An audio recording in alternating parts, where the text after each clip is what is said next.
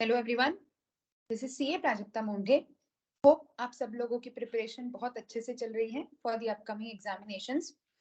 In this video, I'm going to discuss the objectives of income tax RTP that has been released by the Institute for the upcoming November 23 examinations. Before directly starting with the questions, let us first know that which study material is relevant for all of us for the CA Inter November 23 exams. So, the study material that has been given as the May 22 edition that is based on the provisions of Finance Act 2022 and applicable assessment year is assessment year 23-24. तो आप लोगों के लिए जो assessment year है जिससे related आपको questions आएंगे वो है AY 23-24 और सारे अमेंडमेंट्स प्रोविजंस जो कि उस पर्टिकुलर असेसमेंट ईयर पर एप्लीकेबल होंगे वो सारे आपके लिए भी एग्जामिनेशन के लिए एप्लीकेबल रहेंगे. Significant notification circulars issued up to 30th of April 2022 and hence both these things are relevant for the November 23 examination. The statutory update containing significant notifications and circulars issued between 1st of May 2022 to 30th of April 23, which are relevant for November 23 examinations, have been already given by the Institute. So this we have already discussed. Now let us go on to the questions that are provided by the Institute in the objective part of income tax RTP November 23 attempt. So the first thing that is given to us is case scenario. Let us start. As I always say in all of my videos that whenever you are reading a case scenario or any question, you are supposed to pay attention to a lot of small points which are very important for the examination or for the question. तो read करते समय हमें किन किन points पर focus करते जाना है, किस तरीके से क्वेश्चन को पढ़ना है, ताकि जब हम रीड कर रहे हैं जो हमारा रीडिंग टाइम है उसको हम बेस्ट पॉसिबल मैनर में यूटिलाइज कर सके, ये भी समझना बहुत ज्यादा इंपॉर्टेंट होता है. तो let us understand how are we suppose to read the case scenario based questions. Mister Shan a resident, तो यहाँ से क्या पता चल गया, रेसिडेंट. अगर कोई भी ऐसा सेक्शन है जो कि नॉन रेसिडेंट्स के लिए एलिजिबल नहीं है तो वो यहाँ पर नहीं मिलेगा. फॉर एग्जाम्पल अगर रिबेट के लिए ये एलिजिबल होता, अभी हम देखेंगे क्वेश्चन आगे इनकम कितनी है, बट अगर होता तो रिबेट इसको मिल जाएगी. अगर यहाँ नॉन रेसिडेंट लिखा होगा तो रिबेट नहीं ले पाएगा. सो ये छोटी छोटी बातें पढ़ते पढ़ते ही हमें क्या करना है, ध्यान रखना है. Aged 42 years is employed in an MNC in Gurugram since 2013. ठीक है. He submitted his resignation on 31st of July 2022 for starting his own business and gave a notice of a period of 1 month to the employer. He received the following emoluments from his employer for the period of April to 31st of August. तो कितने महीने हो गए, अप्रैल मई जून जुलाई अगस्त, 5 महीने की उसको salary मिली है, फिर उसने बिजनेस शुरू कर दिया. ठीक है. बेसिक पे मिला है, dearness allowance forming part of the retirement benefits. तो अगर कोई रिटायरमेंट बेनिफिट से रिलेटेड अमाउंट होगा तो उसमें आप बेसिक और डीए दोनों को कंसिडर करोगे. Medical allowance, entertainment allowance, commission, employees contribution to RPF, employers contribution same amount to the RPF, interest accrued 13%. ठीक है. तो बेसिक बेसिक जब आप रीड कर रहे हो तब दिमाग में लाते जाओ, जैसे जैसे पढ़ रहे हो तब, कि मेडिकल अलाउंस, तो मेडिकल अलाउंस से रिलेटेड कोई एग्जेम्पशन होती थी क्या, नहीं. एंटरटेनमेंट अलाउंस इसको नहीं मिल पाएगा, एमएनसी में काम कर रहा है. कमीशन पर मंथ है, कोई बेनिफिट नहीं है. Employees contribution and employers contribution to RPF 12% per annum से ऊपर का अगर आपका कंट्रीब्यूशन है, सैलरी का 12% से ज्यादा, तो एक्स्ट्रा जितना भी है वो आपकी इनकम मान लिया जाएगा in case of employers contribution, right. So हम वो कैलकुलेशन देख लेंगे. और सेम इज इंटरेस्ट, अगर 9.5% से ऊपर है तो वो भी आपके हाथ में क्या हो जाएगा, इनकम मान लिया जाएगा. ठीक है. तो जब हम कंप्यूटेशन पे आएंगे तब इन सारे पॉइंट्स को ध्यान में रखना है. तो अभी से जब आप पढ़ रहे हो क्वेश्चन तब इन सारे प्रोविजंस को दिमाग में रिवाइज करना स्टार्ट कर दें. October 22 he started business of manufacturing of footwear under the brand name Comfort. He withdrew the entire amount from his RPF in September 22. तो अब जब आपने विड्रॉल की बात करी तब आपके दिमाग में ये आना चाहिए कि आरपीएफ विड्रॉल के जो रूल्स होते थे कि 5 साल के अंदर अगर आपने जॉब छोड़ा है तो RPF withdrawal shall be taxable, कहीं वो यहाँ पर अप्लाई तो नहीं हो रहा है ना। ये सब चीजें खुद से सोचते जाएं पढ़ते पढ़ते। He has employed 75 regular employees on 1st of November 22 at a salary of 23,000 per month and they participate in RPF. I hope आप लोगों को क्लिक हो गया होगा कि हम किस प्रोविजन की बात कर रहे हैं। जब भी आप नए एम्प्लॉइज की बात कर रहे हो, you have to check whether the assessee is eligible to claim ATJJ AA deduction under chapter 6A. For the previous year 2023 profits and gains is 51 lakhs computed, तो let us assume उसमें allowance disallowance सब consider कर लिया होगा पहले ही। Turnover is 7 crore, turnover 7 crore है, ठीक है, मतलब 10 करोड़ के अंदर है, तो ऑप्शन है हमारे पास कि हम ऑडिट से बाहर हो सकते हैं। लेकिन 12% सेल्स जो है वो कैश में दे रखी है, तो 12% सेल्स कैश में है, मतलब हमें ऑडिट करवाना पड़ेगा। 44AB tax audit is applicable in this case, therefore he can claim deduction under ATJJAA provided all other conditions of that particular section are fulfilled. वो चीज हमें ध्यान रखनी है। December 22 he has purchased a house property for 90 lakhs for self occupation by taking loan of 45 lakhs at the rate of 10% per annum। तो जब आप house loan की बात करते हो, आपके दिमाग में रीपेमेंट, प्रिंसिपल और इंटरेस्ट दोनों चीजें आ जाती हैं।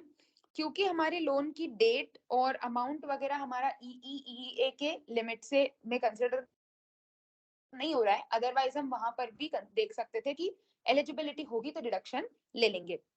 He has paid stamp duty of rupees 6,25,000, ठीक है, on purchase of such house property. Mr. Shan does not want to opt for the provisions of 115 BAC, मतलब हमें ओल्ड रेजीम से ही पूरा का पूरा कंप्यूटेशन करना है, ठीक है। चले समझते हैं। सो काफी हद तक मेजर मेजर चीजें तो हमने क्वेश्चन पढ़ते पढ़ते ही दिमाग में बिठा ली। तो जब आप पढ़ रहे हो केस सिनेरियो, उसको एक स्टोरी के जैसे एक फॉर्मेट में दिमाग में बिठाते जाओ कि ऐसा हुआ, अच्छा फिर ऐसा हुआ, फिर ऐसा हुआ, और मेन मेन पॉइंट्स वहां पर हम मार्क करते जाएं। चलिए, what is the amount of salary chargeable under the head salaries to mister Shan for assessment year 23-24? Salary income कितनी है ये निकालना है, ठीक है। चलिए, और बीएससी वो ऑप्ट नहीं कर रहा है, तो नॉर्मल प्रोविजंस लगेंगे। बेसिक तो पूरा पूरा टैक्सेबल हो ही जाएगा, तो बेसिक हमारा 45,000 into 5 will be fully taxable. Dearness allowance इसी का 10%, तो 2,25,000 का 10% हमारा चार्जेबल टू टैक्स हो गया। देन हमारे मेडिकल, एंटरटेनमेंट, कमीशन, ये तीनों फुल टैक्सेबल है। तो मेडिकल अलावेंस पूरा 5 मंथ्स का, एंटरटेनमेंट अलावेंस पूरा टैक्सेबल 5 मंथ्स का, and commission 10,000 into 5, 50,000 will be taxable. Now let us talk about the employer and employees contribution to RPF. Employees contribution to RPF अलग से salary में add नहीं होगा, वो तो सैलरी का ही पार्ट है। तो नीचे 80C में आप एलिजिबल हो डिडक्शन क्लेम करने के लिए, लेकिन सैलरी हेड में इसका कोई एडजस्टमेंट देने की हमको जरूरत नहीं है। Talking about employers contribution to RPF, 12% के ऊपर जितना है वो इनकम माना जाएगा सैलरी हेड में। 12% of what? So 12% we will be calculating of our salary. और सैलरी की डेफिनेशन यहाँ पर क्या रहेगी? तो बेसिक और डीए को हम ऐड करते हैं और इसका 12% कैलकुलेट कर लेते हैं। तो 45,000 5940 is the eligible contribution. Actual contribution per month हुआ है 7,500, तो 1560 पर मंथ, मतलब 1560 इंटू 5 दैट इज 7,800 का इसके हाथ में टैक्सेबल इनकम हो गया, because the contribution is more than 12% of the eligible amount. Interest, again, the interest that has been accrued on the RPF is as per 13%. तो 13% के हिसाब से है, 9.5% तक का अलाउड होता है।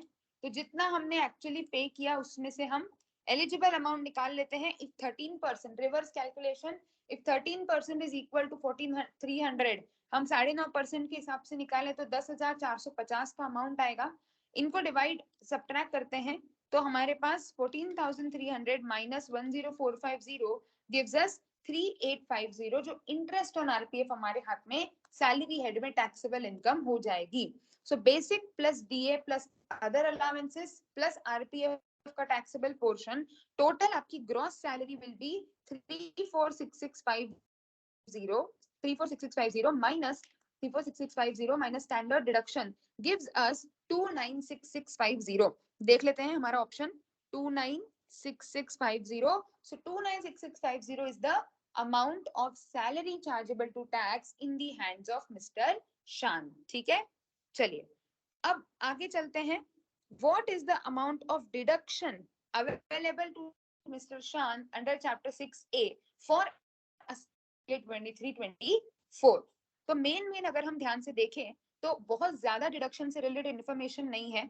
एक तो आरपीएफ के बारे में दिया है, दूसरा हमने स्टैंप ड्यूटी पे करी है जो कि एटीसी के लिए एलिजिबल है, और तीसरा हमारे पास जो हमारा ये न्यू एम्प्लॉइज वाला केस है वो हम एटीजेजे में क्लेम कर सकते हैं. तो दोनों को कंसिडर करके चलते हैं और चैप्टर 6A का कंप्यूटेशन देखते हैं. एटीसी में हम पूरा 1,50,000 we can claim because only the stamp duty is in excess of 1,50,000. तो हमारा पूरा वो 1,50,000 यहीं पर कंसिडर हो गया. आरपीएफ और जो भी है सब जोड़ करके 1.5 लाख से ज्यादा तो मिलेगा नहीं. So ATC is eligible maximum up to 1,50,000. Talking about ATJJAA, this person is eligible for ATJJAA because he has his own business and the business is eligible for audit under section 44AB, that is tax audit. So ATJJAA की preliminary condition तो fulfill हो गई. अब क्या क्या conditions और आपको fulfill करनी होती है कि जो additional employee cost है वो आपको eligible हो. तो यहाँ पर उसकी वो सारी कंडीशंस भी फुलफिल हो रही है. कौन सी देखें? एम्प्लॉइज जो है वो रेगुलर एम्प्लॉइज हैं, रिकॉग्नाइज प्रोविडेंट फंड में पार्टिसिपेट कर रहे हैं, सैलरी 23,000 पर मंथ है which is within the limit that is prescribed, and also you have to check whether the particular employee has completed the minimum number of required days.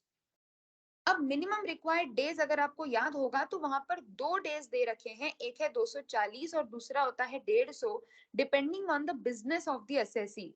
Question में आपको clearly बोला है manufacturing of footwear. ये चीज हम कभी कभी miss कर जाते हैं और हम नॉर्मली 240 के हिसाब से कंप्यूटेशन करके हो सकता है हमारा आंसर गलत हो जाए, हो भी सकता है सही हो, कोइंसिडेंटली मैच हो जाए, बट हो सकता है गलत हो जाए. सो ये छोटे छोटे पॉइंट्स ध्यान रखने हैं. मैन्युफैक्चरिंग ऑफ फुटवेयर के केस में हमारा 150 डेज का कंडीशन देखा जाएगा. So let us calculate that whether we are eligible for claiming deduction under ATJJAA. So कब हमने एम्प्लॉय को रखा है? नवंबर, दिसंबर, जनवरी, फरवरी एंड देन 31 मार्च. सो टोटल हमारा 150 डेज से ऊपर हो रहा है. आप चेक करेंगे 151 डेज आ रहे हैं. 150 डेज से ऊपर है, 23,000 पर मंथ की सैलरी है, आरपीएफ में पार्टिसिपेट कर रहे हैं, रेगुलर एम्प्लॉइज हैं, सारी कंडीशंस फुलफिल होती हैं. तो इन एम्प्लॉइज की सैलरी कैलकुलेट कर लेते हैं. 23,000 पर मंथ नवंबर, दिसंबर, जनवरी, फरवरी, मार्च, 5 मंथ्स. 23,000 इंटू 5 ये हो गई साल भर की एक एम्प्लॉय की सैलरी. ऐसे 75 एम्प्लॉइज हैं और 30% इनका हम कैलकुलेट करेंगे बिकॉज जेजेडबलए में पूरा 100% डिडक्शन नहीं है, 30% आपको 3 साल तक मिलेगा. सो करंट ईयर में you are eligible for 2587500 plus 1,50,000. So total deduction जो आपको अवेलेबल रहेगा under chapter 6A that shall be 2737500. Okay, so ये हमारा अमाउंट हो गया चैप्टर 6A डिडक्शन का.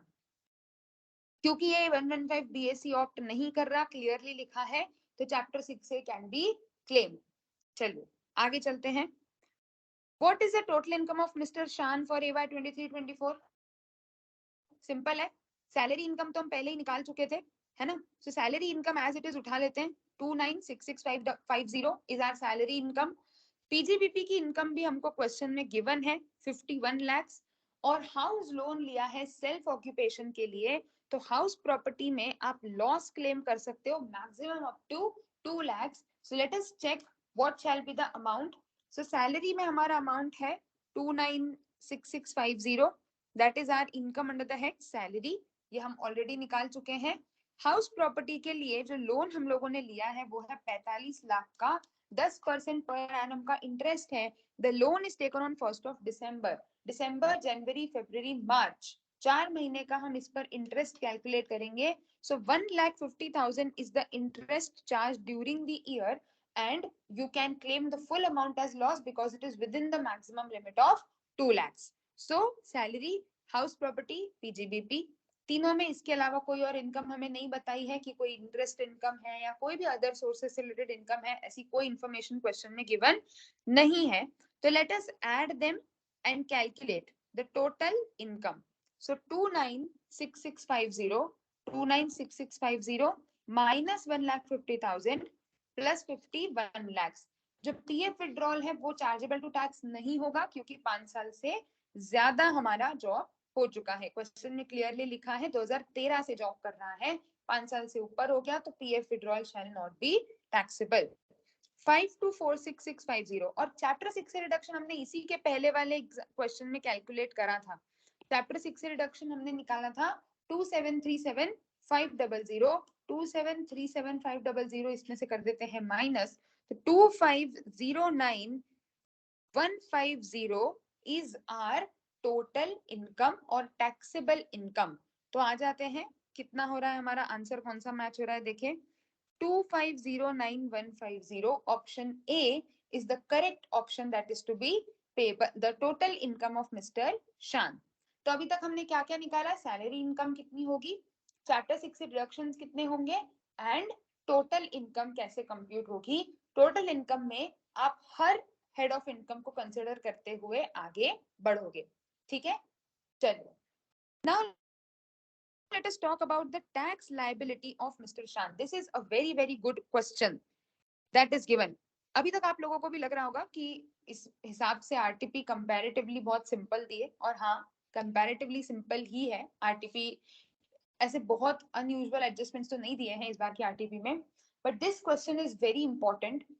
I have discussed a separate video on the concept of AMT, that is alternate minimum tax. You can go through that video once before going on this question. So I've given you a hint कि ये question किस पे based है.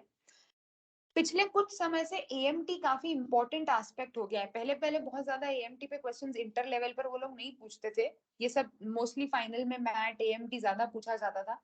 But पिछले कुछ attempt से AMT has become a very important option, very important topic for CA Inter as well.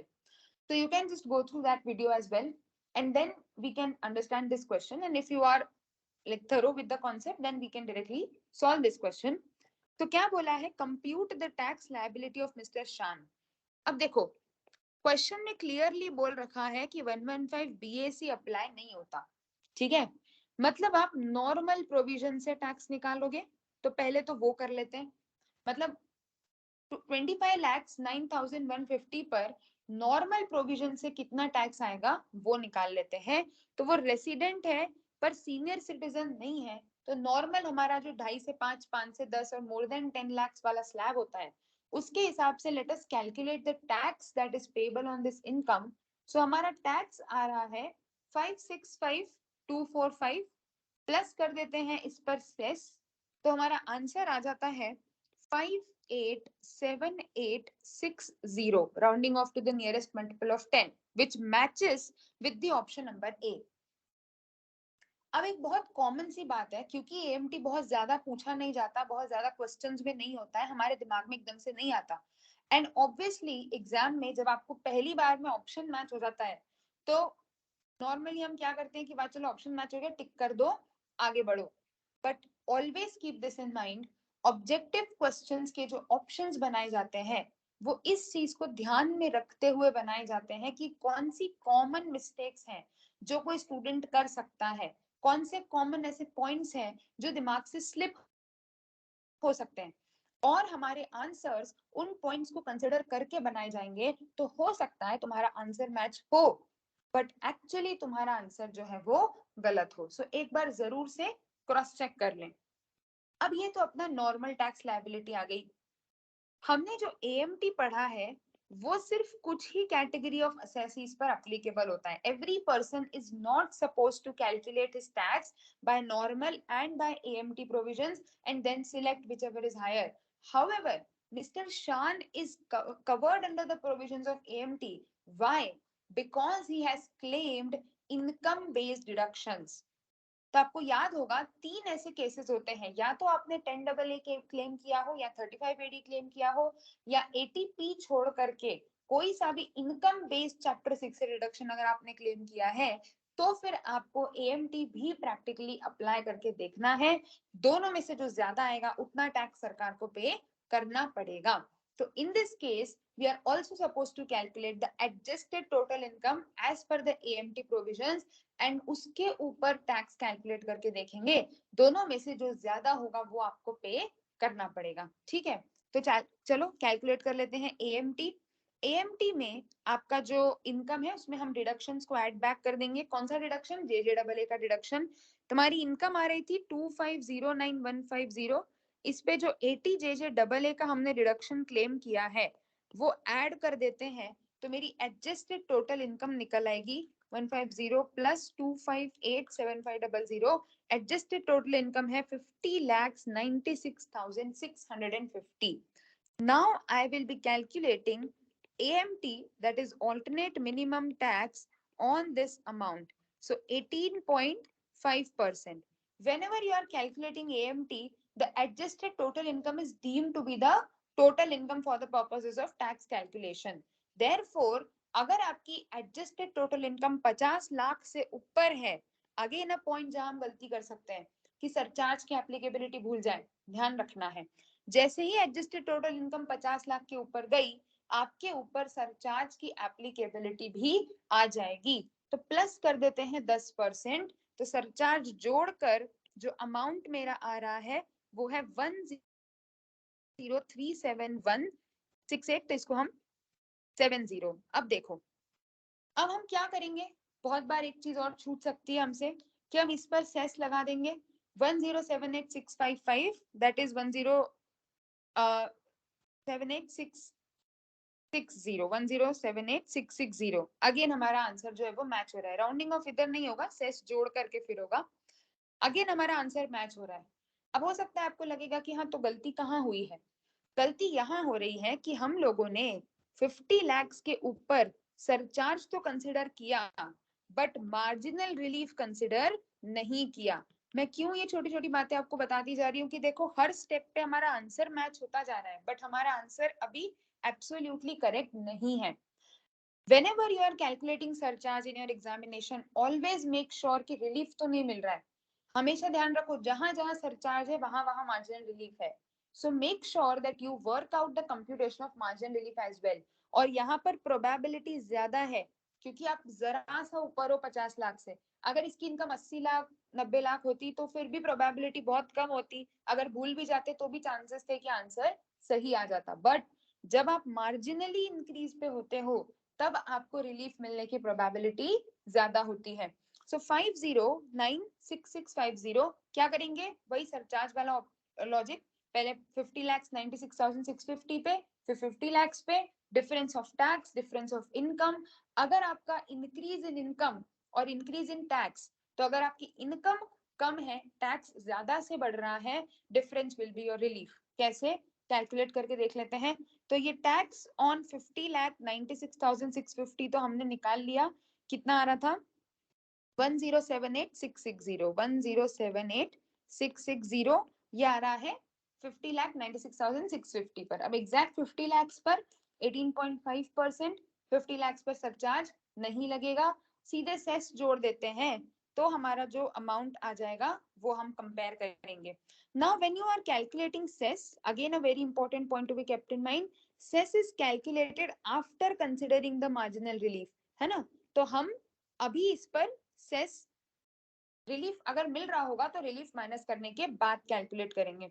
So tax on 50,96,650, 50,96,650 इस पे 18.5% प्लस 10% का सरचार्ज 1037168, करेक्ट। अब एग्जैक्ट 50 लाख पर निकाल लेते हैं, 50 लाख इंटू 18.5%, कोई सरचार्ज नहीं लगेगा, 92500। अब क्या करना है, difference, increase in income, increase in tax. तो टैक्स कितने से बढ़ रहा है, देखिए 1037168 माइनस 9,25,000, टैक्स बढ़ रहा है मेरा 112,168 से। टैक्स बढ़ रहा है मेरा 112,168 से, और इनकम कितने से बढ़ी? 50,96,650 माइनस एग्जैक्ट 50 लाख। तो इनकम बढ़ी 96,650, और इस 96,650 की वजह से जो मेरा एक्स्ट्रा टैक्स हो रहा है, additional income is 96,650, additional tax is 112,168। मतलब इनकम तो कम बढ़ रही है, उससे ज्यादा टैक्स पे इंपैक्ट आ रहा है। ये difference will be eligible as relief in your case. So marginal relief मिल जाएगा 15518 का, राइट? सो कैलकुलेट करते हैं। 1037168 जो हमारा ये वाला फिगर था, 1037168 में से मार्जिनल रिलीफ माइनस हो जाएगा 15518। ये हमारे पास आंसर आ गया।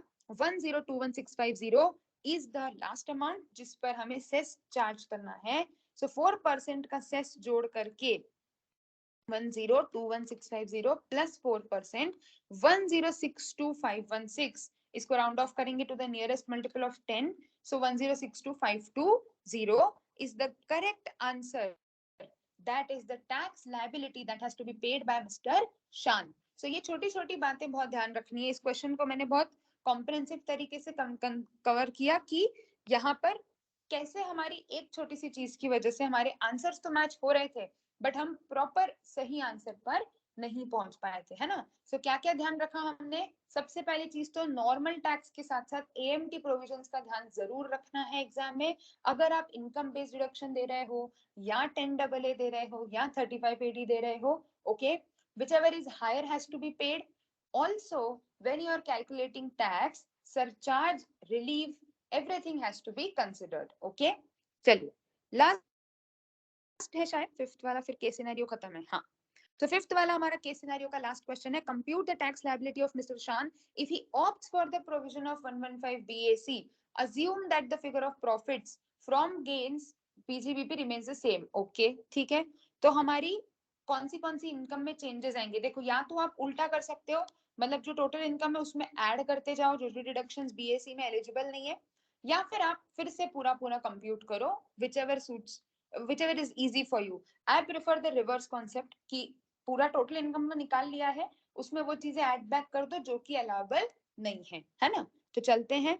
टोटल इनकम हमारे पास थी 250, कितना था? 2509150 की टोटल इनकम हम ऑलरेडी निकाल चुके हैं, 2509150। अब हम एक एक आराम से हमारा जो फॉर्मेट है कंप्यूटेशन का उसके ऑर्डर में चलते हैं। सबसे पहले तो सैलरी में कोई ऐसा डिडक्शन है क्या जो बीएससी में नहीं मिलेगा जो हमने क्लेम किया है?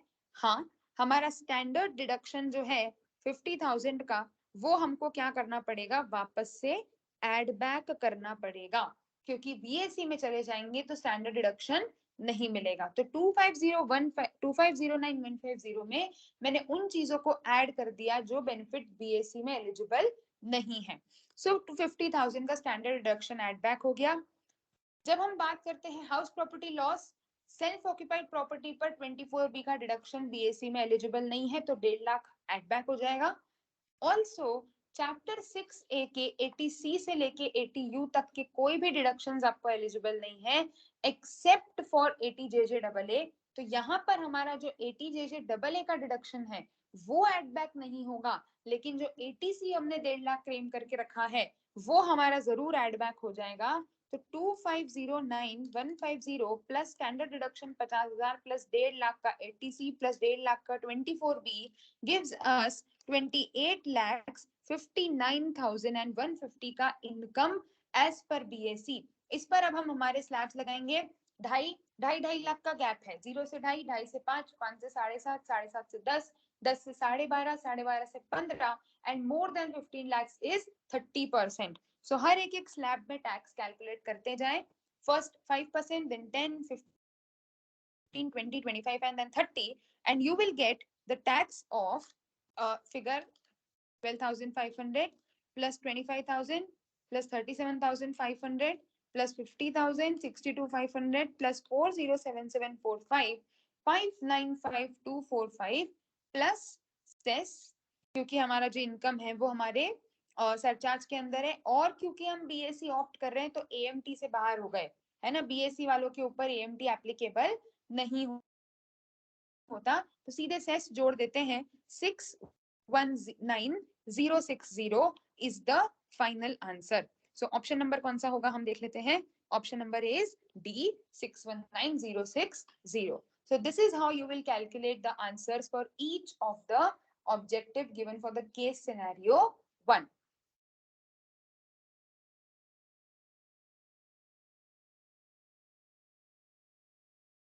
चलिए आगे बढ़ते हैं. अब हार्डली 2-3 ऑब्जेक्टिव्स हैं और ये केस सिनेरियो नहीं है, तो एक एक करके डिस्कस करते चलते हैं. Question number 6.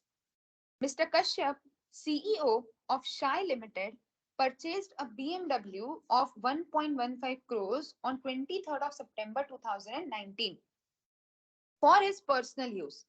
On 20th of February 2023, he sold his car for 1 crore and incurred an expenditure of 2.74 lakhs for transferring the ownership. ठीक है. Compute the taxable capital gain or loss to Mr. Kashyap for AY 23-24. Now, very important point. हमेशा question पढ़ते समय जैसा मैंने पहले भी बताया, उस पर्टिकुलर सेक्शन या हेड से रिलेटेड जो बेसिक कॉन्सेप्ट्स हैं वो दिमाग में घुमाना स्टार्ट कर दो. जब आप कैपिटल गेन कैलकुलेट करते हो तो कैपिटल गेन कैलकुलेशन का जो सबसे फर्स्ट प्रोविजन है, चार्जेबल प्रोविजन है, वो क्या कहता है कि कैपिटल गेन हेड में इनकम तभी चार्जेबल टू टैक्स होगी अगर आपका ट्रांसफर हो रहा है और ट्रांसफर कैपिटल असेट का हो रहा है. If there is a transfer of a capital asset, then the income और loss from that transaction is taxable under the head capital gains. Right? Transfer की डेफिनेशन हम लोग पढ़ चुके हैं, कैपिटल एसेट की डेफिनेशन हम लोग पढ़ चुके हैं. अगर कोई एसेट है जो ट्रांसफर की ही डेफिनेशन से बाहर है या कैपिटल एसेट की ही डेफिनेशन से बाहर है तो उसके ऊपर गेन लॉस कैलकुलेट ही करने की जरूरत नहीं है. So now in this case mister Kashyap का पूरा उन्होंने बैकग्राउंड दिया है, लेकिन उसने ये जो असेट खरीदी है ये पर्सनल यूज के लिए है. और अगर पर्सनल इफेक्ट है तो कुछ जो उसमें से एक्सक्लूजन्स हैं, जैसे कि ज्वेलरी हो गया, वर्क ऑफ आर्ट एक्सेट्रा, उनके अलावा आपके कोई भी पर्सनल एसेट के ऊपर capital gain government charge to tax नहीं कर सकती. So in this case the asset is used for personal use, it is outside the purview of capital asset, therefore there is neither any capital gain or nor any capital loss because you will not compute anything. Again, छोटी छोटी बातों का ध्यान देना है. अगर हमने ये ध्यान नहीं दिया होता तो हम हो सकता है पूरा गेन कैपिटल लॉस या गेन कंप्यूट कर देते हैं, हो सकता है वो ऑप्शन से मैच भी हो जाता. सो आंसर इज सिंपल, नील. क्यों नील? क्योंकि जो असेट है जो ट्रांसफर हो रही है वो कैपिटल असेट की डेफिनेशन में ही नहीं आती है. ठीक है, चलिए आगे बढ़ते हैं. Mister Sunil has filed his return of income under return of loss for AY 22-23 on 31st of July 2022, the due date पर, and received a total refund of 44,500. बहुत बढ़िया.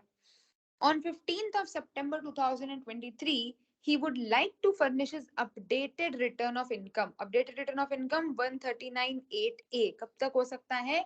24 महीने, है ना? तो हमारा असेसमेंट ईयर 22-23 है और हम 15 सितंबर 2023 को सबमिट करना चाहते हैं. चलेगा. Can furnish his updated return on 15th of September 2023 for additional income. In case he has furnished his updated return for additional income, he would be liable to pay 57,000. अगर वो अपडेट करता है, क्योंकि return of loss जो है उसको आप तभी अपडेट कर सकते हो अगर वो फिर रिटर्न ऑफ इनकम बनता है. तो आप लॉस शो करने के लिए या लॉस बढ़ाने के लिए अपडेटेड रिटर्न फाइल नहीं कर सकते, राइट? तो अगर वो बेसिकली वो ये बताना चाह रही है कि अगर ये अपडेट रिटर्न फाइल करता है तो इसको जो भी एडिशनल इनकम है तो 57,000 इसको ऊपर से देना पड़ेगा. अभी क्या मिला है? रिफंड. अब इसको अलग से पे करना पड़ेगा और 6700 towards interest for the additional income to be reported. Compute the additional income tax. अब पहली चीज तो एडिशनल इनकम टैक्स या तो 25% होगा या 50% होगा, डिपेंडिंग कि आप 12 महीने के अंदर कर रहे हो या 12 से 24. तो हम कब फाइल कर रहे हैं? असेसमेंट ईयर 22-23 है और हम विद इन 12 मंथ्स कर रहे हैं from our respective like limit, हम 12 महीने के अंदर फाइल कर रहे हैं, तो हमारा जो एडिशनल टैक्स कैलकुलेट होगा वो हमारा 25% से कैलकुलेट होगा, सबसे पहली बात तो, ठीक है। अब देखो, हमारा 57,000 का तो इसी रिटर्न पे, मतलब अपडेटेड रिटर्न पे टैक्स पेएबल बन रहा है, प्लस 6700 का इंटरेस्ट बन रहा है, और पहले आप रिफंड ले चुके हो 44,500 का, तो ऑब्वियसली इसका ये मतलब है कि आप जो नई इनकम ऑफर कर रहे हो उस वजह से ये रिफंड ऑफसेट होने के बाद आपका 57,000 का क्या बच रहा है? टैक्स पेएबल बच रहा है। तो मुझे इसमें ये 44,500 भी ऐड करना पड़ेगा, मतलब टोटल जो आपकी लायबिलिटी आ गई वो कितनी आ गई? 108200 और 25%, तो जो आपको एडिशनल टैक्स पे करना है वो रहेगा 27,050। सो क्वेश्चन नंबर 7 का जो आंसर है that will be 27,050, that is option number A. चलिए moving ahead, last one, last objective, question number 8। XYZ Limited is engaged in the manufacturing mobile phones with a brand name Just Say. There are 5 dealers in Delhi and Mumbai to sell Just Say phones. A Limited, a dealer in Delhi, receives 2 mobile phones. A Limited receives 2 mobile phones and X Limited in Mumbai receives 1 mobile phone in January 23 on achieving the sales target in the third quarter of 22-23. ठीक है, sales target achieve करा, dealer है mobile phones के, तो उनको achieve करने पर as a perquisite mobile phones दिए गए। तो जो दिल्ली वाला ए लिमिटेड है उसको 2 फोन मिले हैं, जो मुंबई वाला एक्स लिमिटेड है उसको 1 फोन मिला है। The manufacturing cost of each such mobile is 15,000 while the MRP is 25,000. Price charged from the customers for such mobile phone after providing 22% of discount on MRP. तो मतलब एक तरीके से उस फोन की वैल्यू कितनी हो गई? 25,000 में से 22% का डिस्काउंट हटा देते हैं तो 19,500 एक फोन की वैल्यू है। Is XYZ liable to deduct tax at source before giving mobile phones to A Limited, and X, if yes, how much? Now this is based on the new section that is 194R, कि अगर आप किसी को perquisites दे रहे हैं and if you are fulfilling the conditions that are prescribed in this particular section, then tax has to be deducted at the rate of 10% on the value of perquisite. Now when you talk of the TDS limit, जैसा कि हर section में एक limit होती है, यहाँ पर 20,000 की limit है, अगर आप उसको क्रॉस करोगे तो ही टैक्स डिडक्शन करना है, अदरवाइज टीडीएस की लायबिलिटी नहीं है। There are various other conditions as well. Again, 194R, I have uploaded a separate video on that provision, so I will also share that along with this video, so you can just go through it once. Short में आपका revision हो जाएगा, but अभी हम सिर्फ इस objective के respect में जितना हमको रेलेवेंट है, because that section is a quite detail section.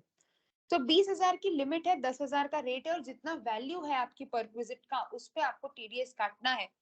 A limited को 2 फोन मिल रहे हैं 19,500 इंटू 2, दैट इज 39,000, और एक्स लिमिटेड को एक ही फोन मिल रहा है 19,500। X Limited is not crossing the limit, therefore on the payment or on the perquisite paid to X Limited, no tax is required to be deducted. However, in case of A Limited, TDS is applicable at the rate 10%, that is 3,900.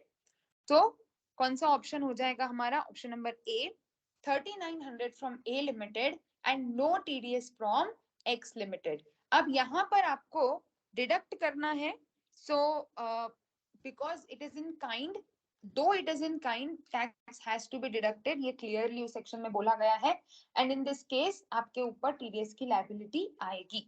So these are the amounts of tax that will be deducted in the given cases. So these are the questions that have been given as objective for income tax portion of November 23 RTP. I hope आपको सारे cases समझ आए होंगे। हर question में जो hidden adjustments है उन पर भी हम फोकस करके जा रहे थे, तो आप भी इस तरीके से कोशिश करें एग्जामिनेशन में ध्यान रखने की, ताकि हमारे पॉइंट्स मिस नहीं हो। और in case of any doubts, feel free to contact. All the best.